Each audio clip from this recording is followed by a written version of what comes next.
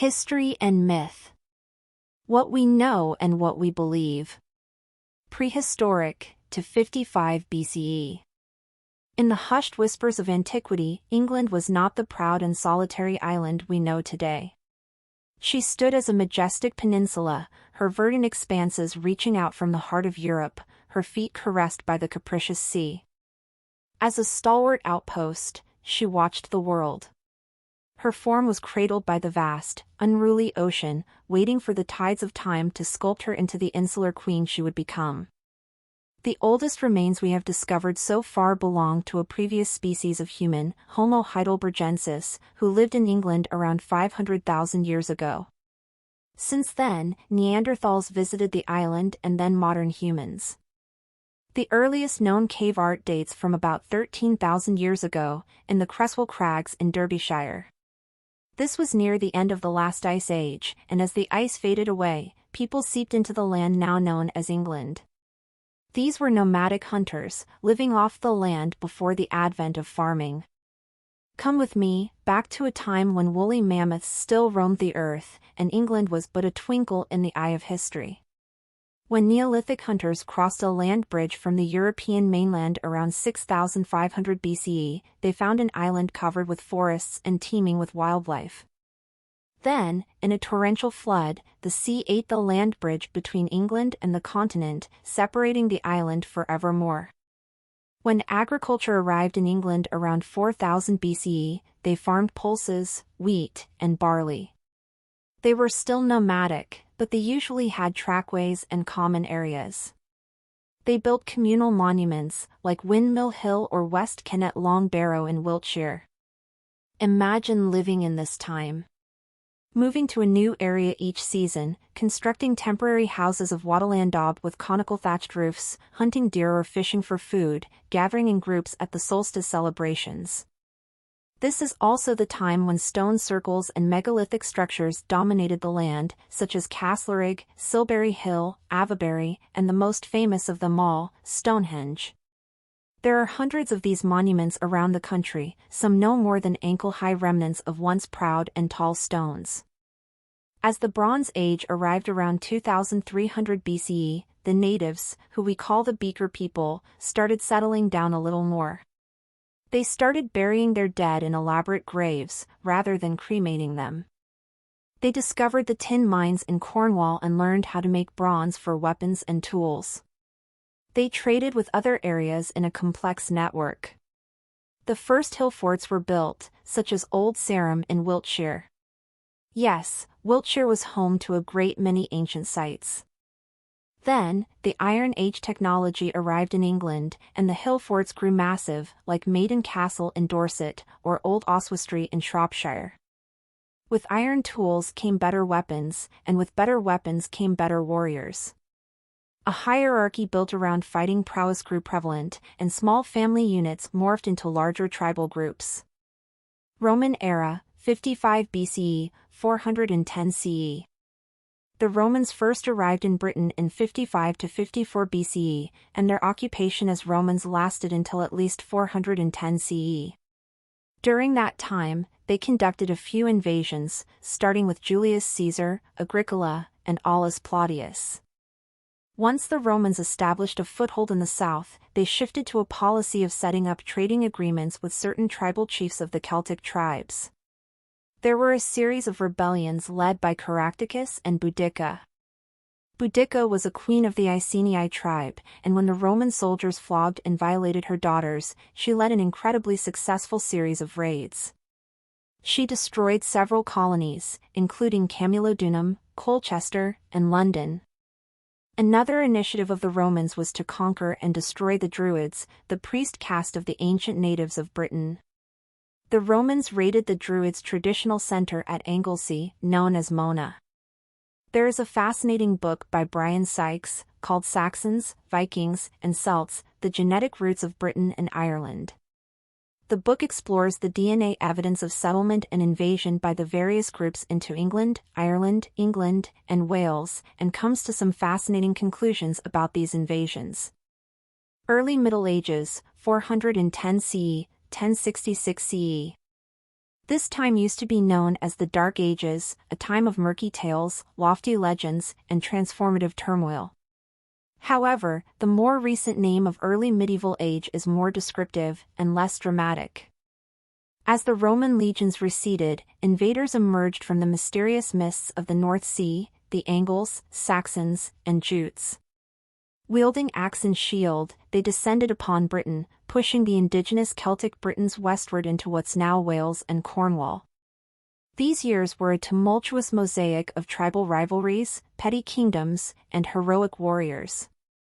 Legends of King Arthur and the saga of Beowulf stirred the hearts of the people, echoing in the mead halls amidst the clatter of ale horns and the thrum of lyres. Within this chaotic tapestry, England, or Angleland, began to form. In 597 CE, Pope Gregory I sent Augustine to convert the residents of this island to Christianity. He set up his archbishopric in Canterbury, a place that still holds ecclesiastical prominence today. The monks, with their skills in literacy and organization, were the glue binding society together, and their monasteries, beacons of learning and artistry, dotted the landscape, at least until Henry VIII came along. Skilled Anglo-Saxon artisans crafted intricate jewelry, like the mesmerizing gold and garnet pieces found at Sutton Hoo. The beauty of the illuminated manuscripts, such as the Lindisfarne Gospels, is a timeless treasure. Then, from the icy fjords of the north, Viking dragon ships appeared. These seaborne raiders, drawn by wealth and opportunity, attacked Lindisfarne, the first in an endless series of raids. Monasteries burned, and kingdoms fell, but the Viking Age was not merely one of destruction. They founded vibrant cities, introduced new technologies, and spurred England into becoming a more unified entity under one of the era's greatest figures, Alfred the Great.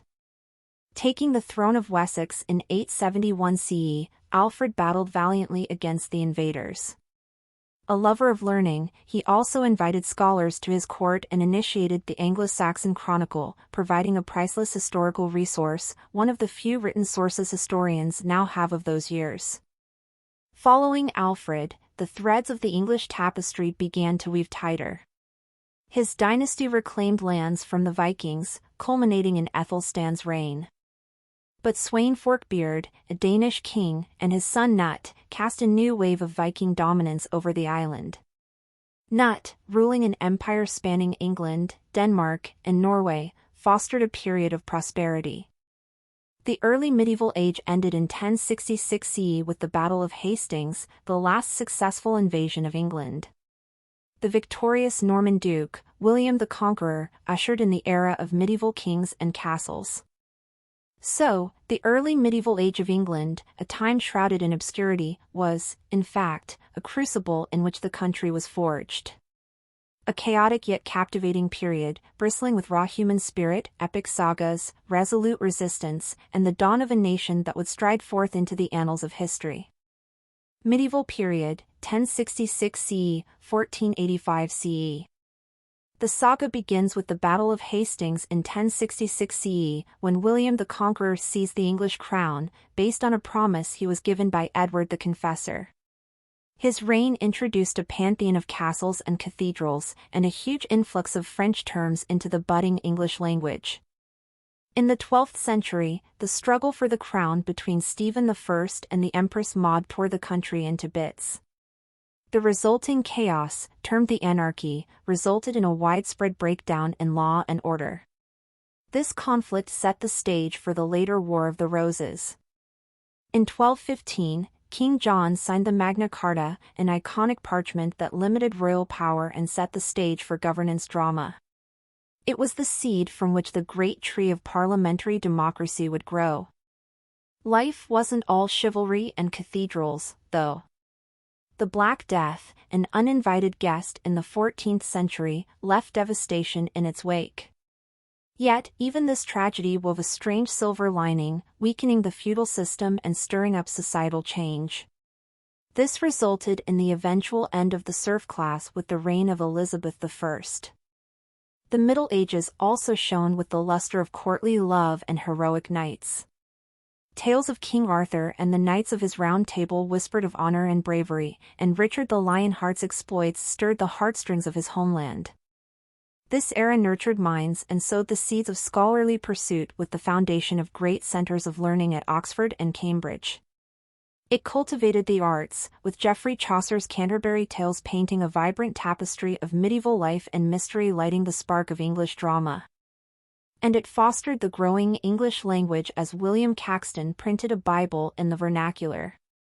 Between 1337 and 1453 CE, the Hundred Years' War with France saw the pendulum of fortune swing back and forth, and the Wars of the Roses turned England's nobility into a garden of thorns, each fighting for the crown. The curtain closed upon the Middle Ages at the Battle of Bosworth in 1485. With his victory, Henry Tudor, the Earl of Richmond, ascended the throne as Henry VII, heralding the era of the Tudors and the dawn of the Renaissance. The medieval period of England was indeed a vibrant maelstrom of progress and paradox.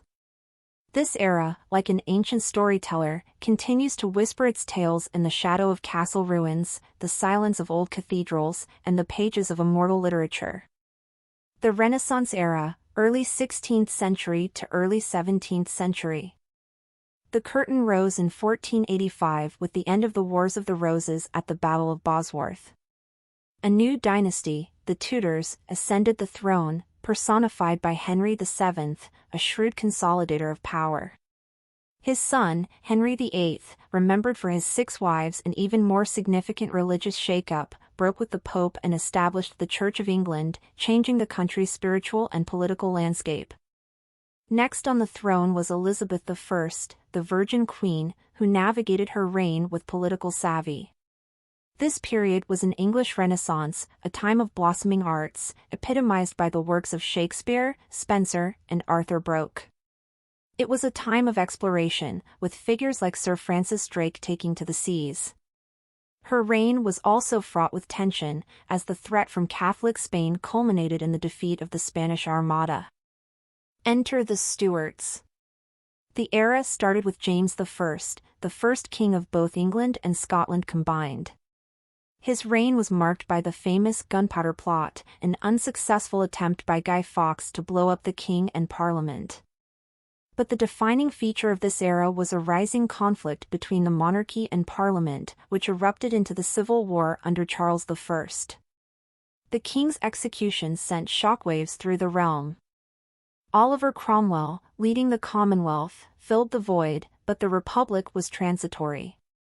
After Cromwell's death, the monarchy was restored under Charles II, the Merry Monarch, whose reign saw the rebirth of arts and sciences but also the plague and the Great Fire of London. The Glorious Revolution in 1688 marked a decisive shift in England's governance. When James II's Catholicism rankled, William of Orange, his Protestant son-in-law, was invited to seize the throne. A law was passed making it illegal for a member of the royal family to be Catholic. William and Mary ruled as co-monarchs, but the monarchy's power began to wane against the rising strength of Parliament. English colonies took root in the New World, and trade expanded, bringing wealth but also triggering the dark legacy of the transatlantic slave trade. The period ended in 1714 with the death of Queen Anne, the last Stuart monarch. A new dynasty, the Hanoverians, began their reign with George I, setting the stage for an age of empire. Neither and nor any of the kings through George III spoke English. From 1485 to 1714, England transformed dramatically. It was a saga of religious revolution, political transformation, cultural flourishing, and colonial expansion. This period, poised between the medieval and the modern, shaped the English identity and planted the seeds that would grow into the world's largest empire. Enlightenment and Industrial Revolution, 18th to 19th century. The 18th century saw the flowering of the Enlightenment, with England leading in philosophy, science, and political thought. The Industrial Revolution started, transforming English society from agrarian to industrial, from rural to urban. While this brought significant social and economic upheaval, it laid the groundwork for modern society. The Georgian era was followed by the Victorian Age, marked by Queen Victoria's long reign, vast expansion of the British Empire, and cultural developments in literature, arts, and science. Authors like Charles Dickens commented on the era's social problems, while engineers like Isambard Kingdom Brunel built railways and steamships. 20th century to 21st century. As the Victorian era came to an end, World War I and II profoundly affected the nation, leading to massive loss and reshaping its global role. The post-war period saw the establishment of the welfare state, including the National Health Service. The latter half of the century brought decolonization, resulting in a multi-ethnic society. The 60s were swinging, a result of the new prosperity after a long time of rationing after World War II. They listened to the Beatles and the Rolling Stones. This new generation created a cultural revolution and a British invasion of music into America. More recently, Britain faced significant challenges, such as economic recession and the controversial Brexit.